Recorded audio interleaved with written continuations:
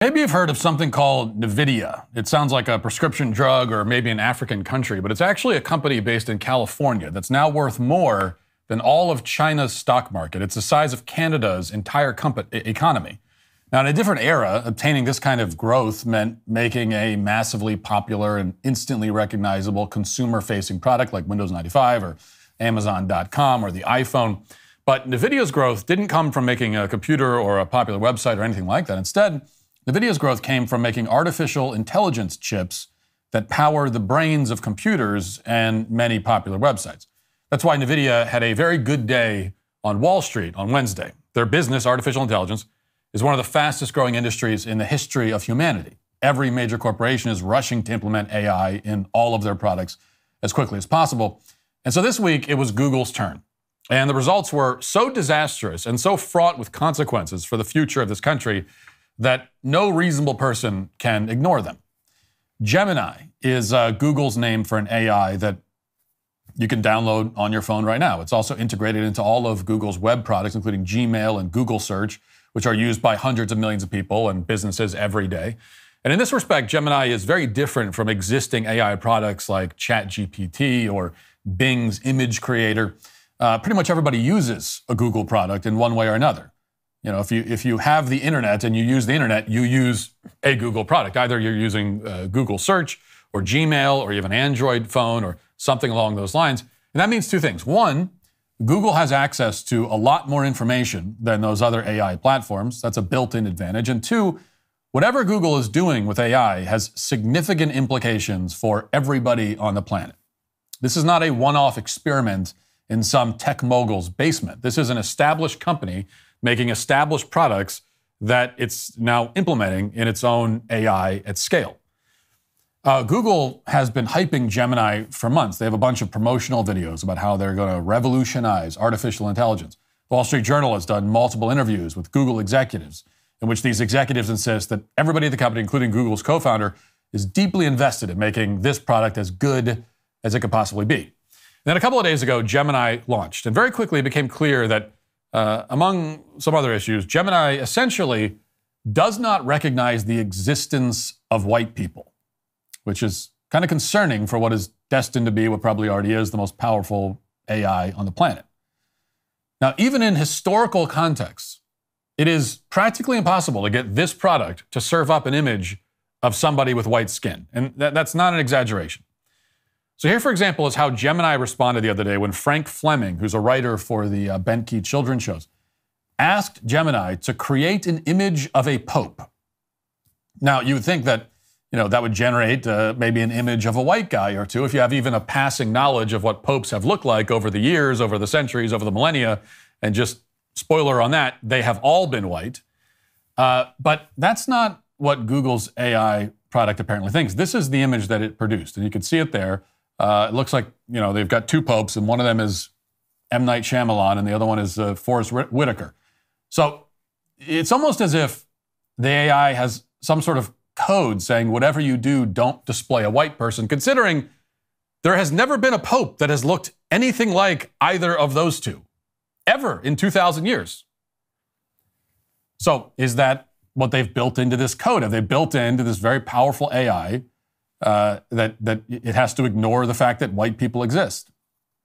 Well, that's really the only way to explain what we're seeing here. And Frank, who previously worked as a software engineer, seemed to key in on this. So the whole situation quickly became something of a game for him as he tried his hardest to get Gemini to produce any image of a white guy. I mean, even just like one image. Can you give us a white guy? So for example, he asked Gemini to produce an image of a Viking.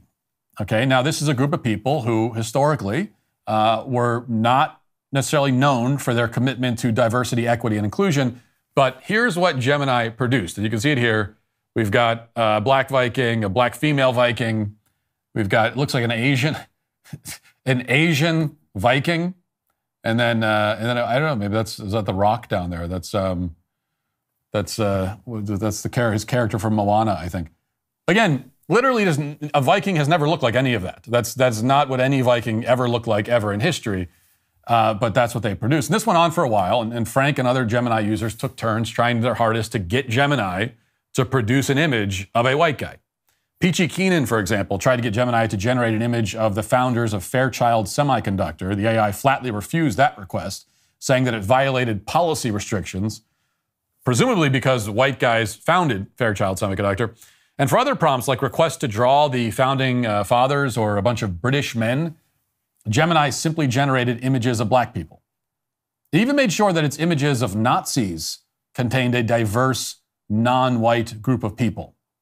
Now, after thousands of images like this began circulating, a guy working on the Gemini team at Google put out a meaningless statement. He said, in essence, that they're aware of issues with Gemini misrepresenting historical figures, but then he doubled down on the need for DEI and artificial intelligence so that everybody feels seen or valued or whatever. And of course, the way to make everyone feel seen is to pretend that an entire race of people don't exist. To make sure that they are not seen at all is how you make everybody feel seen. At no point did any Google representative explain why their AI does not recognize the existence of white people or why it goes to extreme lengths to exclude white people from history. There was no accounting for this, even though there has to be an explanation. And it's probably a pretty simple explanation. Like, this doesn't happen by accident. You obviously put a line of code into this thing to come up with this result. And so why did you do that? They wouldn't explain it, so I went looking for an explanation. I came across a woman named Jen Genai, who bills herself on her LinkedIn as the founder of Google's Global Responsible AI Operations and Governance team. In that capacity, Genai says that she ensured Google met its AI principles, our company's ethical charter for the development and deployment of fair, inclusive, and ethical advanced technologies. She says that she took a, quote, principled, risk-based, inclusive approach when conducting ethical algorithmic impact assessments of products prior to launch to ensure that they didn't cause unintended or harmful consequences to the billions of Google's users. And apparently, a harmful consequence would be showing an image of a white Viking. That might be very harmful to somebody, and so we got to make sure that we don't let that happen. Now, currently, Genai says that she's an AI ethics and compliance advisor at Google. Now, what Genai doesn't mention on her LinkedIn is that her goal for a long time has been to treat white people differently based on their skin color. It's what she wants her AI to do. It's what she does also. 3 years ago, Genai delivered a keynote address at an AI conference in which she admitted all of this. After introducing herself with her pronouns, which, by the way, are she, her, in case you're wondering, Genai explains what her philosophy on AI is, and here's what she says. Watch. We do work together day to day to try and advance the technology and understanding around responsible AI. But today, I won't be speaking as much from the Google perspective, but from my own experience. I have worked at Google for over 14 years. I've led about 6 different teams, mostly in the user research, the user experience area, and now in the ethical user impact area. So I'll be sharing some of my learnings from across that time, but also some of my failures and challenges. I think it's okay to talk about things that you've made mistakes in, because we will make mistakes. When we're trying to be good allies, when we're trying to be anti-racist, we will make mistakes. The point is, though, to keep trying, to keep educating yourself and getting better day to day. It's about constant learning. It's okay to talk about the things you've made mistakes in, says Jen Genai. When we're trying to be good allies, when we're trying to be anti-racist, we will make mistakes. Well, in retrospect, after the launch of Gemini, that would turn out to be kind of a massive understatement. But the kind of mistakes that Jen Genai is talking about in this keynote aren't mistakes like eliminating all white people from Google's AI, which seems like a pretty big mistake, even though, again, not really a mistake, it's obviously deliberate. Instead, she's talking about failing to live up to the racist ideals of DEI, which apparently means treating non-white employees differently. Watch. A corporate study found that talented white employees enter a fast track on the corporate ladder, arriving in middle management well before their peers, while talented Black, Hispanic, or Latinx professionals broke through much later.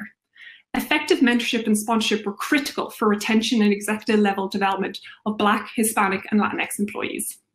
So this leads me into sharing an inclusion failure of mine, one of many, but just one that I'll share so far. I messed up with inclusion almost right away when I first became a manager. I made some stupid assumptions about the fact that I built a diverse team, that then they'd simply feel welcome and will feel supported. I treated every member of my team the same and expected that that would lead to equally good outcomes for everyone. that was not true. I got some feedback that a couple of members of my team didn't feel they belonged because there was no one who looked like them in the broader org or our management team. It was a wake-up call for me. First, I shouldn't have had to wait to be told what was missing. It was on me to ensure I was building an environment that made people feel they belong. It's a myth that you're not unfair if you treat everyone the same. There are groups that have been marginalized and excluded because of historic systems and structures that were intentionally designed to favor one group over another. So you need to account for that and mitigate against it. Second, it challenged me to identify mentoring and sponsorship opportunities for my team members with people who looked more like them and were in senior positions across the company. Yeah, of course, the irony here is that this woman, Jen, is sounds like she's Scottish or Irish or whatever. Irish, I'm going to assume. But the funny thing is that if you were to ask Google's AI for an image of an Irish person, it would not produce any image that looks anything like her. It would give you a bunch of images of like Cardi B and Sexy Red or something. Sexy Red does have red hair, so like maybe she is Irish.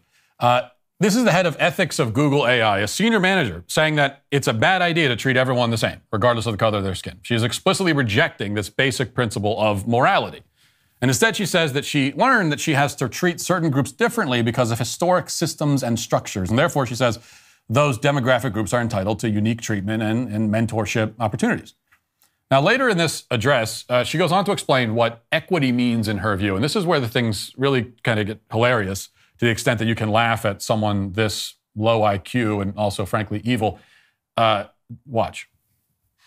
Allyship involves the active steps to support and amplify the voice of members of marginalized groups in ways that they cannot do alone.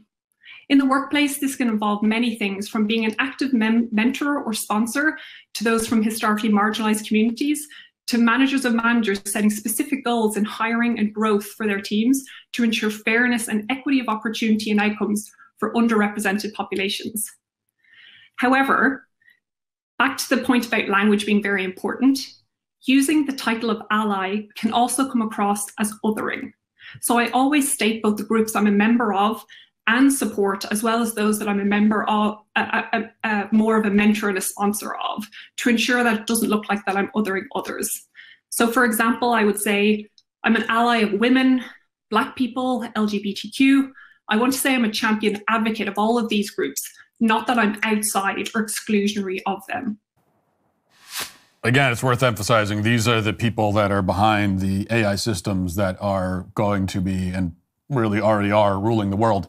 But I want to repeat what she said, because it's hard to believe when this is said out loud. So just to repeat, she says, using the title of ally can come across as othering. So I always state both the groups I'm a member of and support, as well as the ones I'm more of a mentor and sponsor of, to ensure that it doesn't look like I'm othering others. Yeah, you don't want to other the others. This is the brain trust at Google behind an AI that has access to all of our data. She's incapable of speaking without using an endless stream of vapid DEI cliches that you've heard a million times. This supposedly is an original enterprise, artificial intelligence, and it's being overseen by maybe the least original, least intelligent woman that Google possibly could have found. On top of everything else, the wacky left-wing stuff, you're dealing with the most unimpressive people that you could imagine that are in charge of this just technology that is incomprehensible. And this is the kind of person who doesn't want to other others, which seems a bit contradictory. I mean, if someone is an other, then how do you not other them, given that they are an other? And by the way, just so you know, the word other, if you check the dictionary, just means a person or thing that is distinct from another person or thing.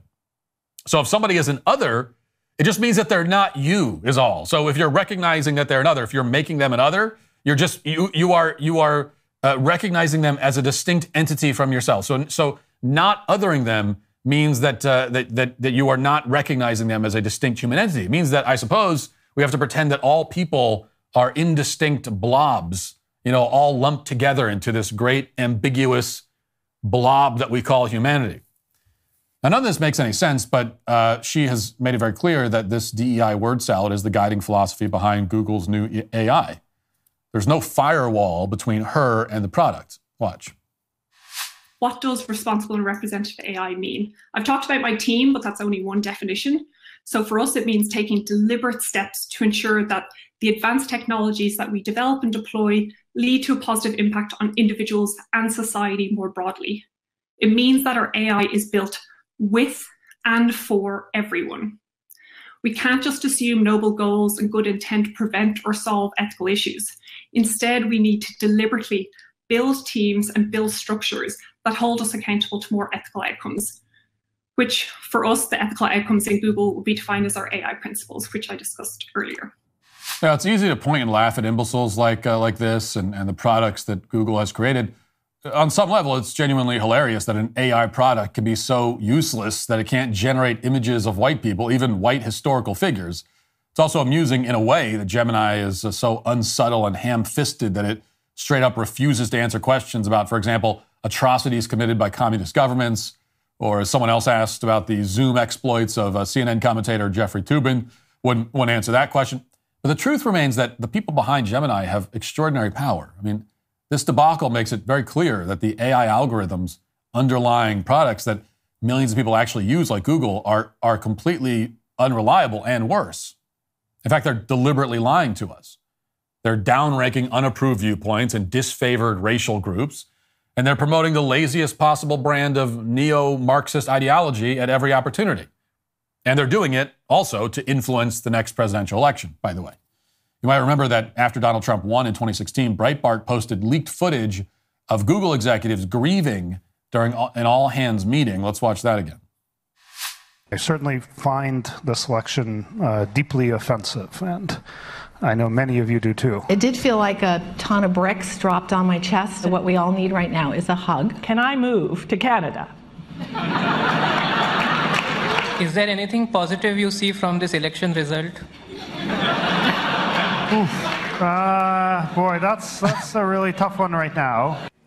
Now, in other parts of the video, they go on to say that the election is the result of the people and voting and that they accept the results. But Google issued a statement saying the video, saying nothing was said at that meeting or any other meeting to suggest that any political bias ever influences the way we build or operate our products. To the contrary, our products are built for everyone. Sure it is. I find this election deeply offensive. We all need a hug, we're told. It was at this moment that Google decided that downranking conservative websites wasn't enough. In order to really influence elections, they decided they needed to develop an AI that will force-feed DEI and anti-white racism on everyone at every opportunity. Their only mistake, which is the same mistake they made in that video back in 2016, is that they were too obvious about their intentions. And now everybody knows exactly where Google stands. We have a pretty good idea what our future AI-driven dystopia will look like, or already does look like.